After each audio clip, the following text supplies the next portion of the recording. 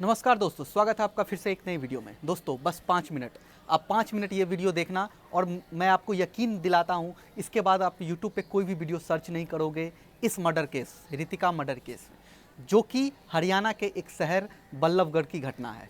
दोस्तों इससे पहले आप अगर मेरे चैनल पर नए हो तो सब्सक्राइब करना मत भूलना, बेल की घंटी जरूर बजा दें ताकि आपको इस तरह का न्यूज़ सबसे पहले हमारे चैनल पर मिलती रहे। दोस्तों आइए स्टार्ट करते हैं ये वीडियो। दोस्तों जो मतलब जिनकी हत्या हो गई उस लड़की का नाम रितिका तोमर है। उम्र 22 साल, वो बीकॉम के लास्ट ईयर की छात्रा है और सपना आईएएस बनने का, यानी कि यूपी को क्राइम से मुक्त करने का, लेकिन उसी क्राइम में उसकी जान ले ली। ऐसा क्यों हुआ, किस समय हुआ, सब कुछ इस वीडियो में आपको मिलेगा। दोस्तों स्टार्ट करते हैं ये वीडियो। सबसे पहले बता दूं आपको कि इससे पहले रितिका के साथ 2018 में अगस्त महीने में ऐसी घटना हो चुकी थी। ऐसी घटना कहने का मतलब है कि उनका अपहरण हो गया था और वही मतलब आरोपी ने किया था जिसका नाम तौसीफ बताया जा रहा है और जिसने मर्डर किया, और उसने स्वीकारा भी कि वो मर्डर किया है। दोस्तों 2018 में जब उसको किडनैप किया गया तो उनके परिवार, रितिका के परिवार ने एफआईआर दर्ज करवाया था पुलिस स्टेशन में और बताया गया था कि उनकी बेटी को बार बार परेशान किया जा रहा था, उसके बाद उसको किडनैप कर लिया गया था। लेकिन यहाँ पे सोचने वाली बात यह है कि एफआईआर करने के बाद भी आरोपी को सज़ा नहीं मिली, किडनैप करने के बाद भी आरोपी को सज़ा नहीं मिली, क्योंकि मैं बता दूं आपको रितिका के परिवार और आरोपी के परिवार ने कॉम्प्रोमाइज़ कर लिया था, पुलिस ने कॉम्प्रोमाइज़ करवाया था कि आप दोनों जो है वो कॉम्प्रोमाइज़ कर ले कि इसके बाद से नहीं होगा। और कह सकते हैं कि रितिका के परिवार ने ये भी कहा था कि उन मतलब आरोपी जो थे जिसने किडनैप किया था तौसीफ, उसने मतलब माफ़ी मांगे थे, गिड़गिड़ा कर रोया था, उसकी इस वजह से रितिका के परिवार ने उस समय कॉम्प्रोमाइज़ करके उसे छोड़ दिया गया था। लेकिन ये घटना तब शांत नहीं हुआ, ये एक कहते हैं कि एक बीज बोया गया था। कहते हैं कि जब कोई जुर्म करता है उसको उसी समय पर अगर सज़ा मिल जाए तब वो उस जुर्म को कह सकते हैं कि रोका जा सकता था, लेकिन इस जुर्म को रोका नहीं गया, इस जुर्म को बढ़ाया गया। तो ऐसा क्यों हुआ था? उसके बाद जब 2018 के बाद से मतलब थोड़ी कुछ समय पे उसको परेशान करने लगा, क्योंकि मैं बता दूं आपको तौसीफ का बैकग्राउंड। ऐसा क्यों हुआ कि मतलब इतनी बड़ी घटना 2018 में करने के बाद भी उसे एक भी सज़ा नहीं हुई, वो अपने मतलब बलबूते पर छूट गया और पुलिस उससे डरती थी। ऐसा क्यों? प्रशासन, मैं कहना चाहूँगा कि जुर्म क्राइम तभी होता है जब प्रशासन उसको बढ़ावा देता है, जब प्रशासन उस पर लगाम नहीं लगा पाता है तभी क्राइम बढ़ता है। तो ठीक ऐसा ही हुआ है इस केस में, क्योंकि तौसीफ के पिता या उनके चाचा या उनके दादा सब पॉलिटिकल से जुड़े हुए थे, यानी कांग्रेस के बड़े बड़े नेता थे, कोई सांसद था, कोई मंत्री था, तो इसलिए उनकी सरकार जो है वो उसके पक्ष में थी, वहाँ के प्रशासन पक्ष में था, कोई कुछ नहीं कहता था। इस वजह से होते हैं ना कि बड़े बाप के बिगड़े बेटे हुए, इस तरह से हरियाणा में चलता रहता है ये सब।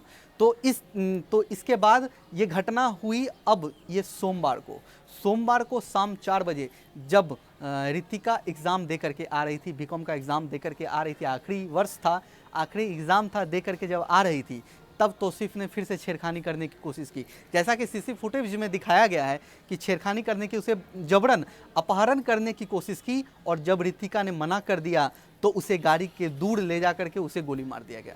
दोस्तों ये घटना जो थी ये सिर्फ ना ही एक कह सकते हैं कि एक लड़की की हत्या हुई है, एक पूरी समाज की हत्या हुई है। जिस तरह से कि जब कोई क्राइम करता है उसके खिलाफ आवाज़ उठा करके जब वो आवाज़ वापस ले लिया जाता है तो इससे जो आरोपी होते हैं उसका गुनाह मतलब ख़त्म नहीं होता और बढ़ने लगता है, उसका मन बढ़ने लगता है कि उसके सामने कोई कुछ भी नहीं कर सकता। अगर उस समय 2018 में ये कदम उठाया जाता, उसको सज़ा मिलती, तो उसकी हिम्मत नहीं होती दोबारा ऐसे करने का, लेकिन ऐसा बिल्कुल भी नहीं हुआ है। तो अब ये जो है 2020 में अब रितिका का निधन हो गया, गोली मार दी गई, उसको जब हॉस्पिटल ले जाया गया तब डॉक्टर ने उसे मृत घोषित कर दिया। तो दोस्तों इसका जिम्मेदार कौन है? इसका जिम्मेदार वो आरोपी तो है ही, वो आरोपी ने स्वीकारा भी, उसने कहा कि उसने किसी और के साथ शादी करने जा रही थी, इस वजह से मैंने उसे गोली मार दिया। तो यानी ये मामला अब एक और अलग तूल पकड़ रहा है। इसमें पीड़िता के परिवार, जिस रितिका की हत्या हुई, उसके पिता ने कहा है कि ये एक लव जिहाद का मामला है। लव जिहाद यानी कि एक दूसरे धर्म, एक दूसरी जाति जब एक दूसरी जाति से प्यार करता है, उसके बाद से प्यार करने के बाद उसे धर्म परिवर्तन कराया जाता है। यानी अलग अलग धर्म में प्यार करना एक लव जिहाद कहा गया है। तो दोस्तों, जब एक लड़की राज़ी नहीं होती है, जब एक लड़की राज़ी नहीं थी उसके साथ, फिर भी उससे ज़बरदस्ती फोर्सफुल्ली उससे शादी करना चाहता था, इस वजह से अगर वो लड़की नहीं मानी तो उसे गोली मार दिया गया। ये कैसा प्यार है दोस्तों? इसका जवाब प्रशासन को ज़रूर देना पड़ेगा कि ये एक प्रशासन की चूक है। और अभी तक जेल, मतलब कह सकते हैं कि जो आरोपी जिसने गोली मारी थी वो फरार हुआ, उसके बाद उसे पकड़ा गया, धर दबोचा गया, लेकिन अभी भी वो जेल में बंद है। उसको फास्ट ट्रैक में एकदम सुनवाई होनी चाहिए और उसकी सज़ा फांसी से और कोई कम नहीं होना चाहिए। एकदम फास्ट 1 महीने के अंदर कह सकते हैं कि सज़ा होनी ही चाहिए।